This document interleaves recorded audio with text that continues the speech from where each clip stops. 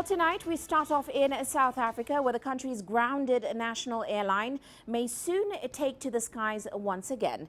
The government has agreed to sell a majority stake in South African Airways. A 51% stake will now belong to a local jet-leasing company and a private equity firm, ridding the government of an entity that has long been a drain on state finances. Well, SAA has been under a form of bankruptcy protection since December 2019, and its fortunes worsened during the COVID-19 pandemic. The equity partner will allow the airline to resume operations as, of course, the government retains a 49% stake. Well, let's now discuss the deal with Derek Nseko. He's the founder of Airspace Africa and iFly Global. Great to have you with us today, Mr. Derek. Now, it certainly has been quite a long road for South African Airways, one that has seen its workforce reduced by almost 80%, and of course now liabilities down to almost $200 million. So give us a sense of what you feel about this new partnership and the injection of $258 million. What does it mean for the future of an airline that was on the brink of collapse just the other day? Yes, thank you so much for having me, and good evening to your viewers. Yeah, very interesting developments today in South Africa, where the strategic equity partner has finally been announced. It's been a long, protracted process for South African Airways, which is just emerging out of a business rescue as well. And what we do know is that the partner is actually going to inject about $3 billion, which will go towards starting capital for the new airline.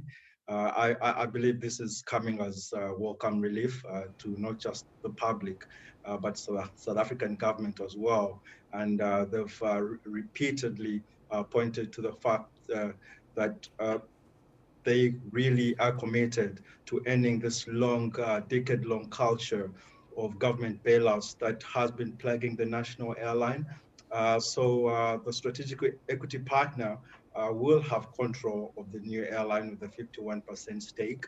And what is very positive as well about this is that the Takatso consortium is really made up of people who have been in the airline business before and people who know exactly what it takes to run an airline. And some of these experts are coming from South Africa. And what really the government of South Africa really focused on with this new strategic equity partner, and they've pointed the fact that this is a homegrown solution because the companies that form the consortium are South African-based, Global Airways. And it's very interesting as well to know that the CEO of this consortium is a man who was formerly a CEO at Comair, and recently even started a new airline in South Africa.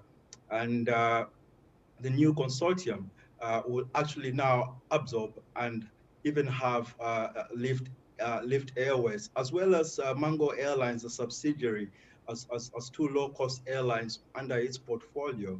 Right. I do believe that these are positive developments for SAA, which needed to move away from this culture and to move towards positive corporate governance, and as well to eliminate the bureaucracies that came with government ownership and to allow a more efficient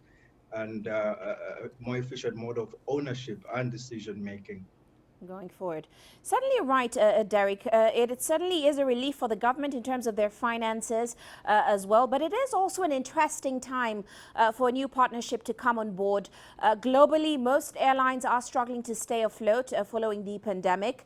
Now, factoring in the current environment in the global aviation space, are the odds in favor of this consortium being successful in reviving South African Airlines? How long will that take? And what will be the drivers of South African Airlines' rebound?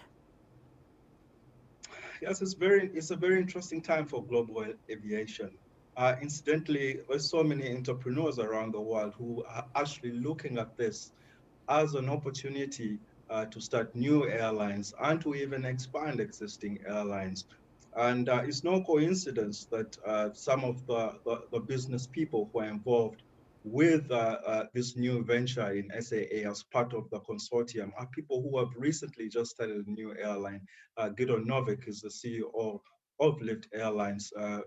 The globe is currently littered with uh, uh, used aircrafts that are reasonably priced. And there's a lot of skilled and highly qualified aviation personnel at the moment who are desperate for work. So the barriers to entry into the airline industry have somewhat been lowered. And they're driving this move uh, for the new airlines that are sprouting up. And in a sense, South African Airways it kind of feels like a startup that has emerged from the ashes of the old South African Airways. Mhm.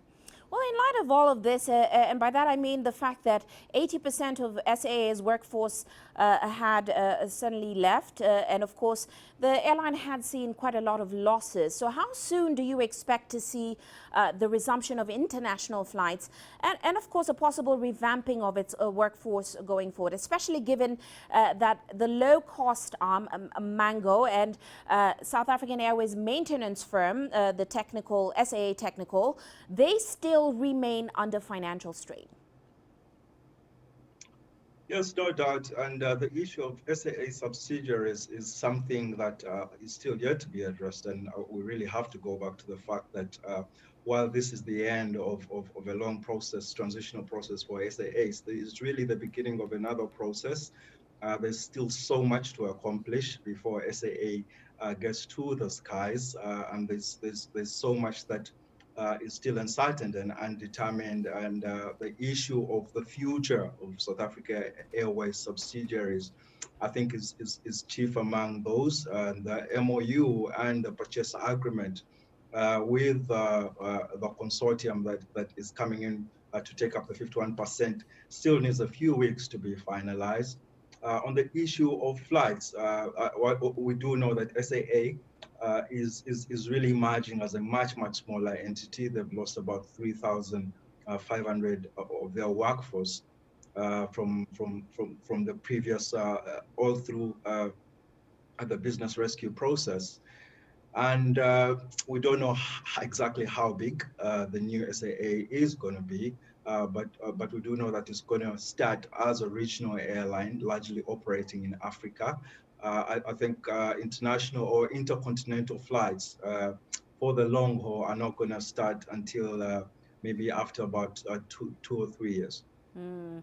Well, Derek, thank you so much for your insights on today's show. That, of course, is Derek Nseko joining us there. He's the founder of Airspace Africa and iFly Global.